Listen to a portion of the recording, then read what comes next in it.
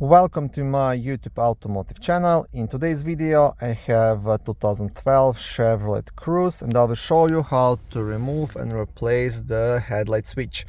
This video will apply to first generation of Chevy Cruzes made from 2008 all the way up to 2016. Now there is no screws or anything to remove, you just have to kind of pop it out. And the best tool to use would be a plastic trim remover. That way you will not damage the dashboard or the switch itself. If you don't have a tool like this, you can use a flat screwdriver, but in that case you have to be careful. Okay, so just want to gently pop it out, right?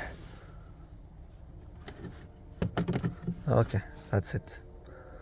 And now to completely remove it, you just have to disconnect it in the back.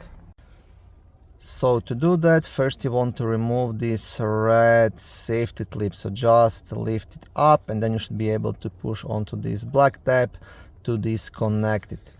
So use a flat screwdriver just to pry this red tab out.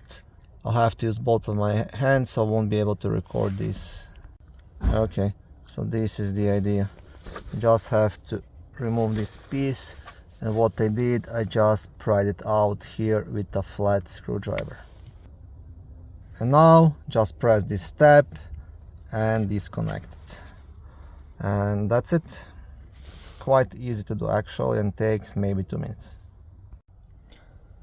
Thank you for watching this short video. I hope it was helpful and educational. If it was, please like it and consider subscribing to my YouTube automotive channel.